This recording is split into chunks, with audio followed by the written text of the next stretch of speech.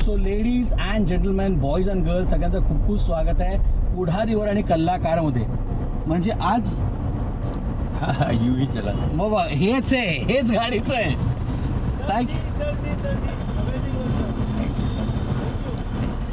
हेच आहे बघा. म्हणजे ना आता सर म्हटले, म्हणजे मला कधीपासून जेव्हा कल्लाकार शो मी सुरू केला ना सर, कल्लाकारचा प्रोमो जेव्हा आम्ही करत होतो तेव्हा आम्ही हे गाणं वापरलेलं. आणि त्यापासून मला विचार होतं की युही चलाचल राहीवाले आपल्याकडे कधी येतील.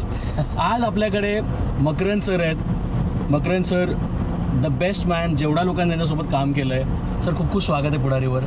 आणि आज आपण ड्राईव्हला जाणार आहोत. थँक्यू सर प्लीज मला सांगा, आज कल्लाकार या शोचं आमचं नाव आहे. सो इट इज कलाकार अँड हिज कार. तुमच्या आयुष्यात गाडी, ड्रायव्हिंग व्हील कधी शिकलात? कधीपासून गाडी चालवायला लागलात? आव्हाने शिकलात का, की कसे काय शिकलात गाडी? मी नेहमीच म्हणजे अगदी सायकल थँक्यू चालवणारा माणूस. मला नेहमी आवडायचं की आपलं एक व्हेकल घेऊन आपण चालवतो आहे. सायकल भाड्याने घेऊन चालवायचं तेव्हा सायकल नव्हती. आईचा डबा न्यायला म्हणून 25 पैसे अर्धा तास गाडी सायकल चालवायचो. आईला डबा नेऊन दिला. मग मोठा होत गेलो. M50 आली. M50 झाली. मग स्कूटर आली भावाची, मोठ्या भावाची. बरोबर. मोठ्या भावाची आपण चालवतो ना तसं. मोठा भाऊ माझा श्रीकांत, तो 5 वर्षांनी मोठा. तर त्याची मग स्कूटर चालू, तो बाईकवर. मग बाईक, मग आली मारुती 800.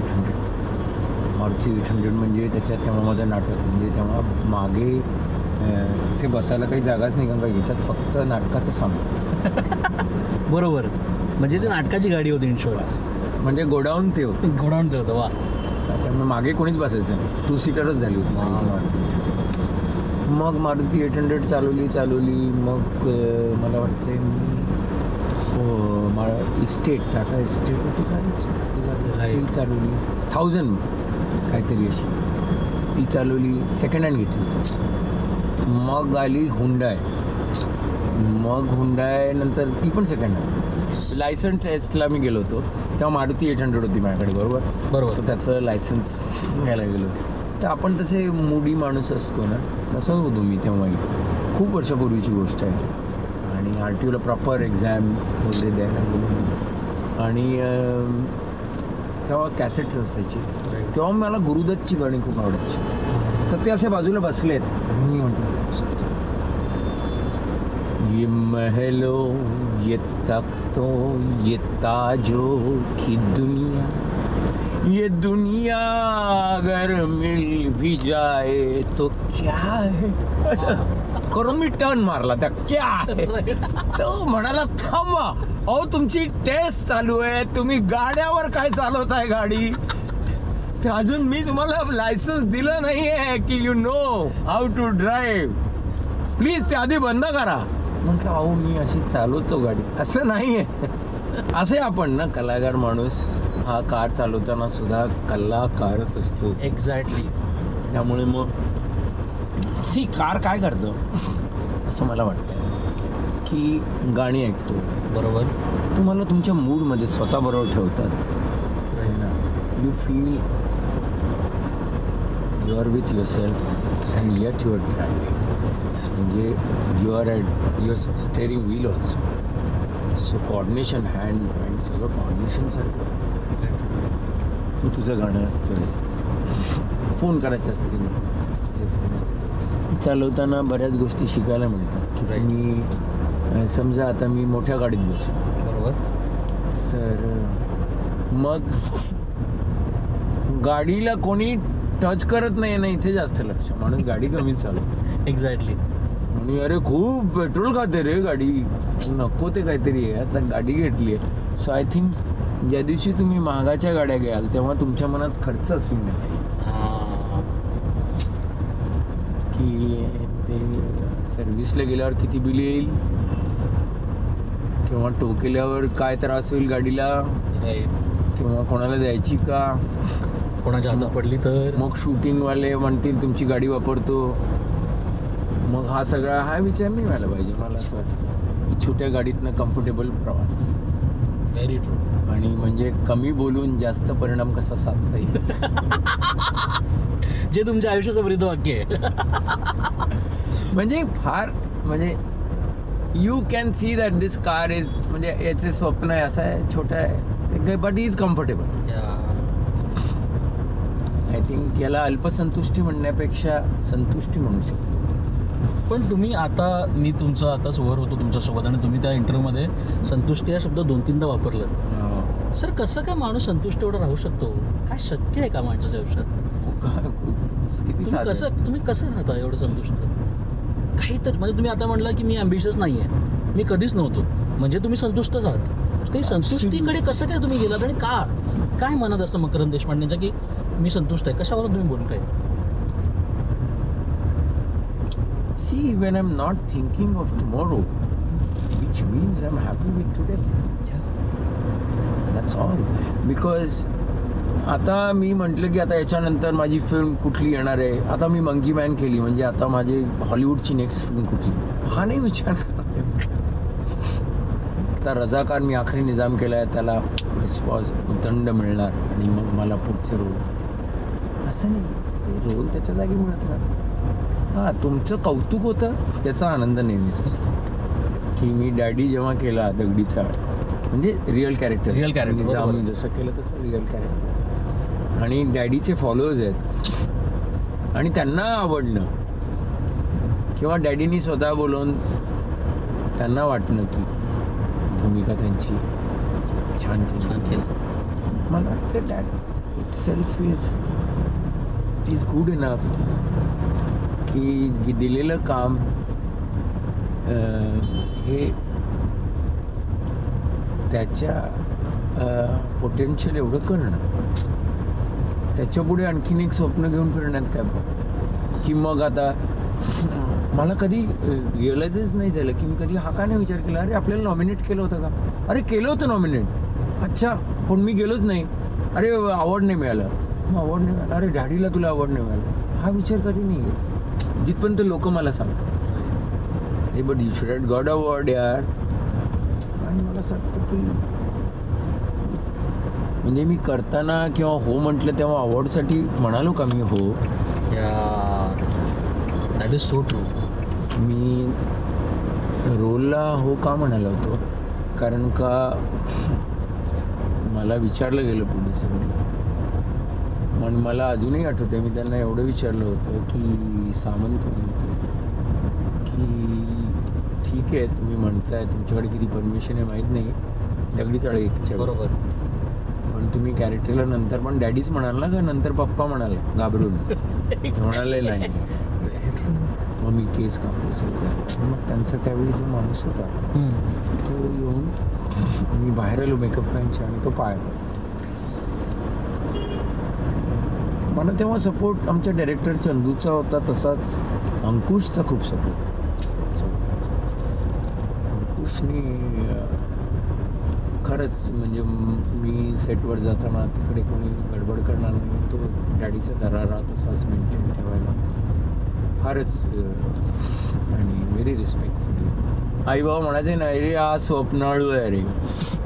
स्वप्नाळू म्हणजे काय तो तिथे नाही आहे राईट आणि मला वाटतं थोडं असायला हवं. So that helps me. स्वप्न नसलेला माणूस हा मला वाटतं वास्तवात जास्त राहू शकतो आणि वास्तवाशी रोमॅन्स हा सुद्धा हे सुद्धा एक स्वप्नच आहे. You know that's the best affair I feel which anyone can have and with no money. With no money exactly. दोन विषयावर तर बोलावंच लागेल. एक तर तुमचे दोन प्रेम आहेत त्याचं एक म्हणजे तुमची रंगभूमी हो जे जिकडे तुम्ही मला वाटतं जर तुम्हाला संधी दिली की सर तुम्हाला एक घर निवडायचं आहे तुम्ही तो रंगभूमीचा स्टेज निवडाल तुम्ही तिकडेच राहाल. आणि दुसरं म्हणजे तुमचं क्रिकेटचं मैदान. अरे हे दोन्ही प्रेमाकडे मला यायचं आहे आणि ते बेसिकली कुठल्या विषयावर आपण पहिलं बोलूया सर क्रिकेट की तुमचं theatre. theater is now my life. So that's okay. It killed me. But we can talk about cricket because it's IPL time. So you can talk about IPL. So cricket हे म्हणजे मला खूप लोकांनी सांगितलं म्हणजे मला महेश सरांसोबत मी शो केला. Mahesh sir म्हटले की मकरंद खेळला पाहिजे होता मकरंद खेळला पाहिजे होता मकरंद खेळला पाहिजे. हे मकरंद खेळला पाहिजे होता म्हणजे काय त्याच्यावर मला प्लीज सांगा. विजय केंकरेला तर अजून वाटतं की मी काय ॲक्टर वगैरे नाही आहे, मी क्रिकेटरच व्हायला हवं होतं. मला खूप गंमत वाटते विजयची. आणि विजय आणि ते स्वतः कमाल ऑफ स्पिनर spinner आहे. आहे. हो, आणि क्रिकेटचं नॉलेज केवढं आहे त्याला, आणि तो खूप खूप छान बोलतो. पण पुन्हा ॲक्सिडेंटल क्रिकेटर होतो. राईट. म्हणजे मी खो खो प्लेअर. तर इंटर स्कूल कॉम्पिटिशन होती आणि मी टेनिस बॉलमध्ये क्रिकेट खेळायचो. राईट. टेनिस बॉल क्रिकेट खेळायचो. आणि ते असतात ना काही यंग मुलं असतात जी काहीही खेळतात आणि बरं खेळतात, तसा Right. मी होतो. ओके. खो खो तर खो खो खूप चांगला खेळायचो, कोयवा चांगला खेळायचो. असं असायचं ना, पतंग Right. पकडणारा तर पकडण्यात पण मी असतो. असे असतात ना काही मुलं Exactly. लहानपणी, जे काम करते ते बेस्ट. म्हणजे खूप करायचो म्हणून. करायचं, आणि काही नाही बेस्ट म्हणजे असं स्किल वगैरे नाही, खूप करायचो. कुठली गोष्ट मला ती ऑब्सेसिव्हली करायला खूप आवडायची. तर क्रिकेट तर खूप क्रिकेट खेळायचो. तर मला मोठ्या मुलांच्यात खेळवायचे. माझा मोठा भाऊ खेळवायचा टेनिस बॉल. तर एकदा आमच्या तिकडे ते शाळेचा तो विकेट किपर होता, ते फायनलला आली टुर्नामेंट. आणि तो विकेट किपर ओव्हर एज, त्यामुळे विकेट किपर नाही आणि मॅच. एक्झॅक्टली. तर त्या कॅप्टनने सांगितलं, अरे तो क्रिकेट खेळतो मकरंद, तो खो खो खेळतोय. हां.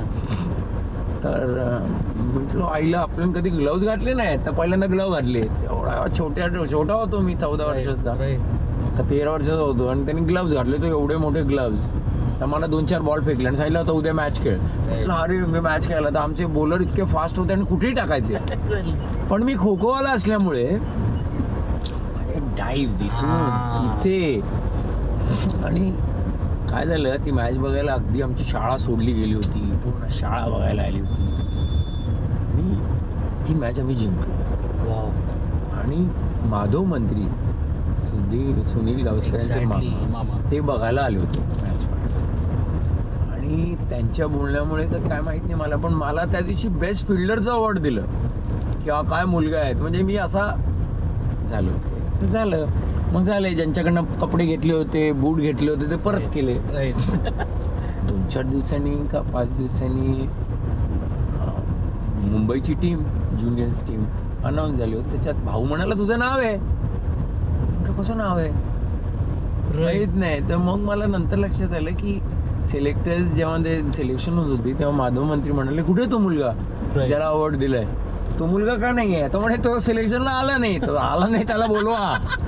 आणि मी डायरेक्ट सिलेक्टेड. म्हणजे नंतर माझी जर्नीच अशी होती. फक्त माझं काय होतं, खूप मूडी होतो मी. I use to come back. Yeah comeback is important. Come back.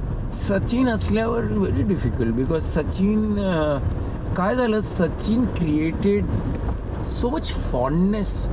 And we didn't only like the way he use to play, the way he created his found. म्हणजे सचिन आल्यावर सचिन ओरडायला छान वाटायचं. We felt good, you know. आपला दिवस चांगला जायचा. Zaheer bowling टाकणार होता, बालाजी टेस्ट बॉलच बोलले. आणि राहुल म्हणाला मी किपिंग नाही करणार द्रविड. तर आमिर म्हणाला की, मी म्हटलं मग मी करतो. तर मी खेळलो नव्हतो पण कधीतरी खेळलोच आहे की. तर आमिर म्हणाला रे don't be silly, this guys are bowling. तर त्यांनी मग समीर दिघेला बोलवलं होतं. तिकडे समीर दिघे होता. He was ready. म्हटलं आमिर मुझे ट्राय तो करने दे. आणि मग somebody Charu I think had watch scene me somewhere, I don't know. Me gloves घातले, जही टाकणार. तर Rahul was in first slip.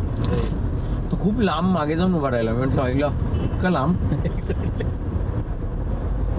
And the first ball came at the side of century. आणि बॅटिंग कोण करत होता, वीरेंद्र सेहवाग. गली का पॉईंटमध्ये होता युवराज. फिल्डिंगला अजून होता कॅफ. बरेच लोक होतेच. आणि त्याला मी किपिंग करायला लागलो. बॉल असा एकदम सहज राहुलने पण बघितलं असं काय फाला तिकडे. तुम अच्छा कुछ खेले हो यार.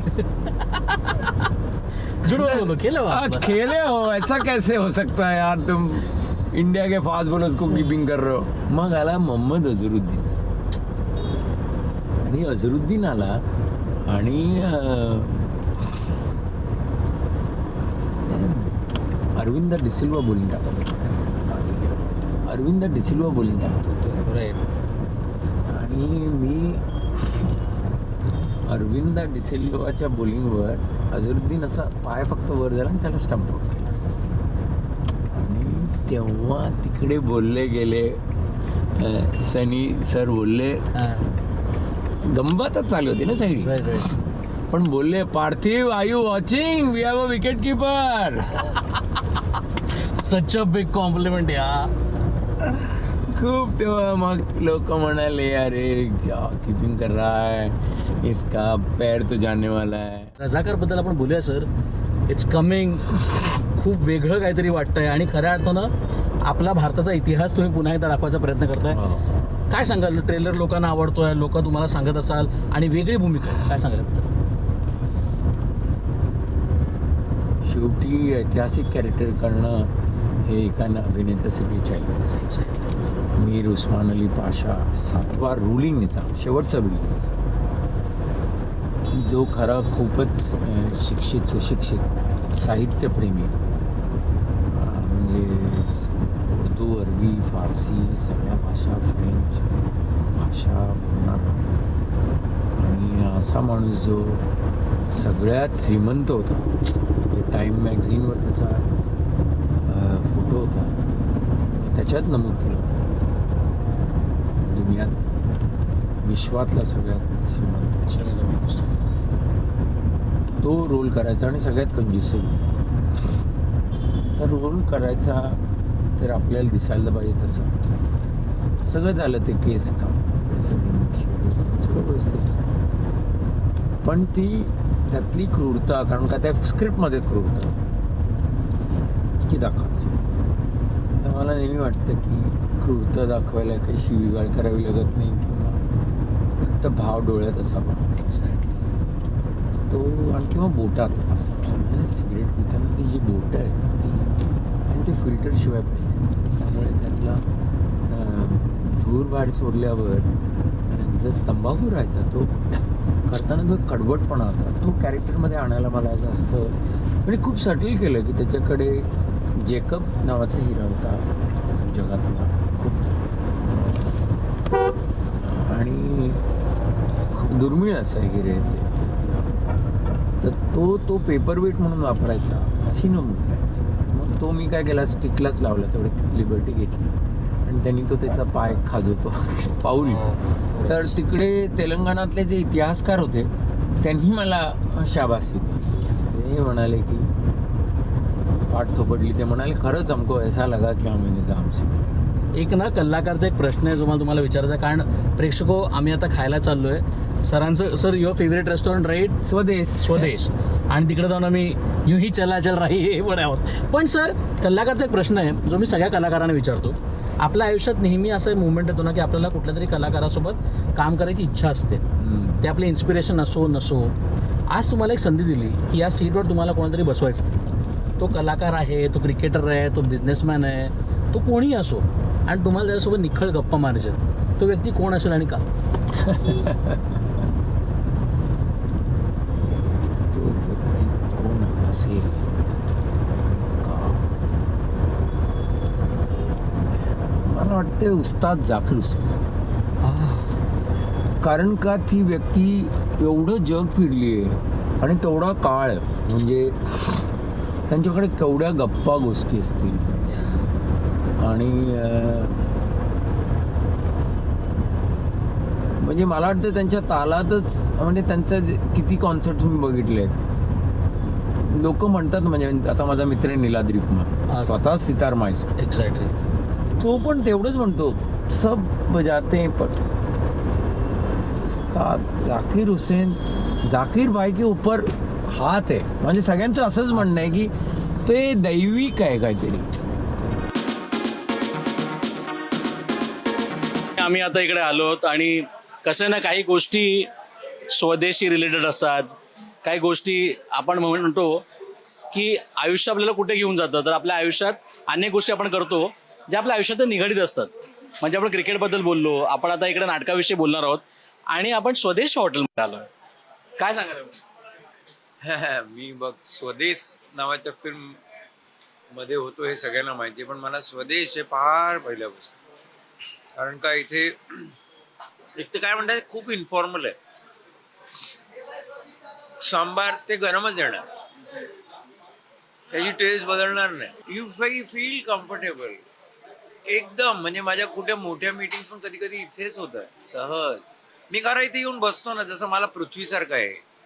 पृथ्वी थिएटरमध्ये कसं आम्ही नुसतं जाऊन बसतो हम लोक, तसं मी ते येऊन बसतो. जे कोणाला भेटायचं आहे भेटतात, किंवा अनोळखी लोक असतात ते हॅलो करतात. हेच गुड आहे. मकरंद सरांना तुम्ही कुठल्याही चौकटीत तुम्हाला कोणी बांधू शकत नाही. तुम्ही नाटक रंगभूमीवर पण तुम्ही नेहमी म्हणता की तुम्हाला ती चौकट मोडायला आवडते. आज आपण जर विचारलं, तुम्हाला जसं विचारलं की रंगभूमी तुमचं आयुष्य आहे, तुम्ही कितींदा फोर्थ वॉल तोडलाय रंगभूमीत. आणि आमच्यासाठी शिबिरात आम्हाला सांगितलं जायचं की ना रंगभूमीवर फोर्थ वॉल कधी तोडू नये, कारण ते ऑडियन्सचा वॉल आहे. तुम्ही, मला वाटतं तुम्ही फोर्थ वॉल नेहमी तोडता. तुम्ही त्या प्रेक्षकांमध्ये जाऊन नाटक करता. हेच होतं का हेतू? हेच तुमच्यासाठी रंगभूमी आहे का? की आपण सगळे नट आहोत. मी एकटा नट नाही, मी सगळे नट आहोत आणि हे माझ्यासोबत जग बघायला. तुझे सुंदर बोललास तू की आपण सगळेच नट आहोत, त्यामुळे आपण एक आहोत. त्यामुळे फोर्थ वॉल असायचं कारणच नाही. इम्पॅक्ट हा होणारच. त्यामुळे कधी कळत नाही कलाकार हा नट आहे का नट हा दर्शक. आता काय मागे ताजमहाल आहे काय म्हणतोय, आता पाऊस पडतोय, अरे बापरे, आता काय स्मशानात आहोत, धक्का करणार आहे. आता काय देव दिसले, आता भजन चालू आहे, कीर्तन चालू आहे. कसं लाईव्ह गातात आणि आपल्याला एकदम असं वाटतंय रे आपण वारकरी संप्रदायाबरोबर आहे, वारी करतोय आपण. असं कसं वाटू शकतं? दॅट इज द माध्यम. स्टेज इतकं स्ट्रॉंग. त्यामुळे जर ती वारी निघाली स्टेजवरनं, आता मी राम करतो तेव्हा ऑडियन्समधनं मी फिरतो, ऑडियन्समध्ये तो धावतो वेडा, तेव्हा असं वाटतं तो जगात, तो त्या समाजातनं. कारण का शेवटी नाटक किंवा एखादी कला हे समाजाचं प्रतिबिंबच आहे. त्यामुळे ते जर फोर्थ वॉल तोडली तर ते आणखीन खरं होऊन जातं. आता आपण स्वदेशमध्ये येऊन छान असं मेदूवडा आणि इडली खाऊया, त्याचा आस्वाद घेऊया. फक्त मला तुम्हाला एवढंच सांगायचं की ना, काही वेळापूर्वी मला नेहमी असं वाटतं की जगात कोणा ना कोणासाठी तरी जगायला आलं पाहिजे. आज मला खरंच असं वाटतं, नेहमी इच्छा होती की तुमचं जे जगणं आहे ना, जे तुमचं जगणं तुमचं आहे, ते कधी माझं जगणं माझं झालं पाहिजे, एवढीच माझी इच्छा आहे.